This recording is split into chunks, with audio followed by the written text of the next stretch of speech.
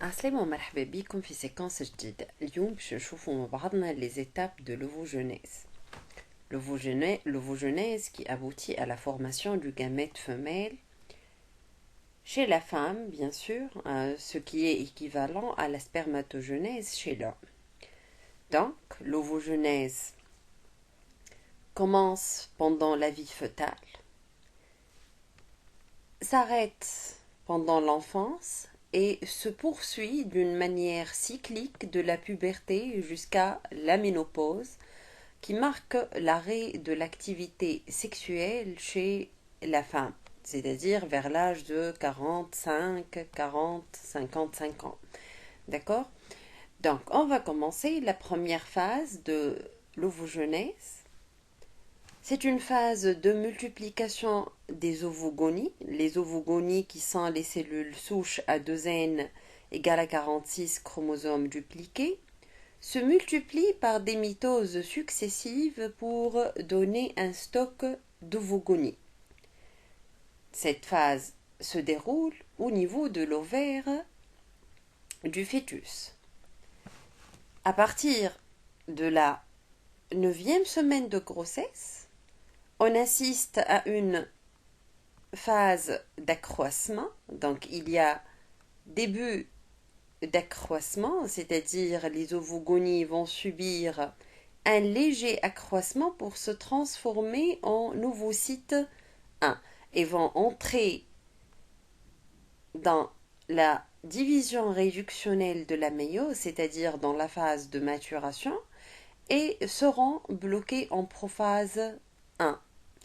Donc, à ce stade-là, les ovocytes 1 s'entourent de quelques cellules folliculaires aplaties et on obtient des follicules primordiaux, c'est-à-dire la fillette, elle va naître avec des ovaires qui contiennent un stock de follicules primordiaux où à l'intérieur de chaque follicule, on trouve un ovocyte 1 bloqué en prophase 1.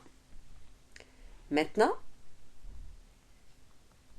pendant l'enfance, donc c'est une phase de repos, mais le stock de follicules primordiaux ne cesse pas de diminuer. معناها stock هذايا بشنقص. À partir de la puberté et jusqu'à la ménopause, de façon cyclique, il y a reprise de l'ovogenèse.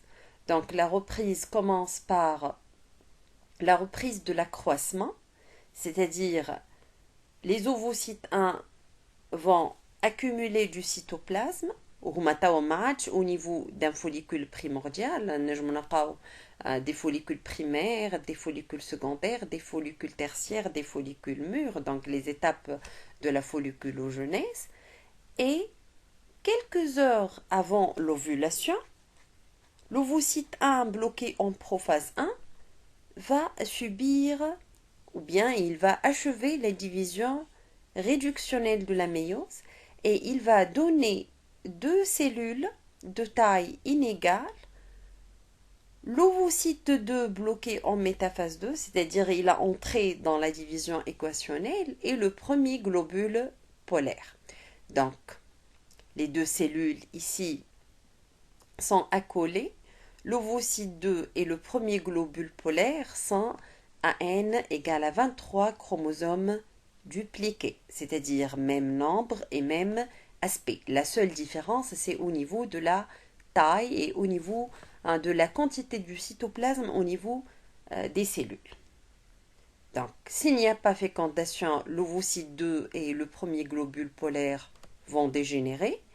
S'il y a fécondation, donc l'aîné, le gamète femelle, il va quitter le follicule mûr et l'ovaire sous la forme d'un ovocyte 2 bloqué en métaphase 2. Donc, le gamète femelle, c'est un ovocyte 2 bloqué en métaphase 2.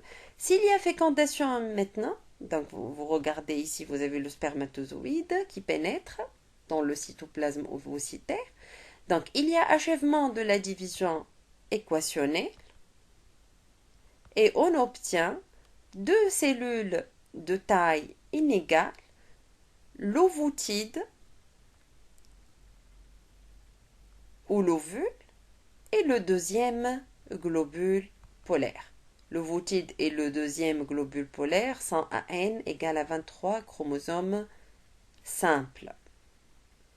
Donc cette phase se déroule au niveau du tiers supérieur de la trempe de Fallope, c'est-à-dire on a déjà quitté l'ovaire, c'est-à-dire après l'ovulation. Merci pour votre attention et à la prochaine.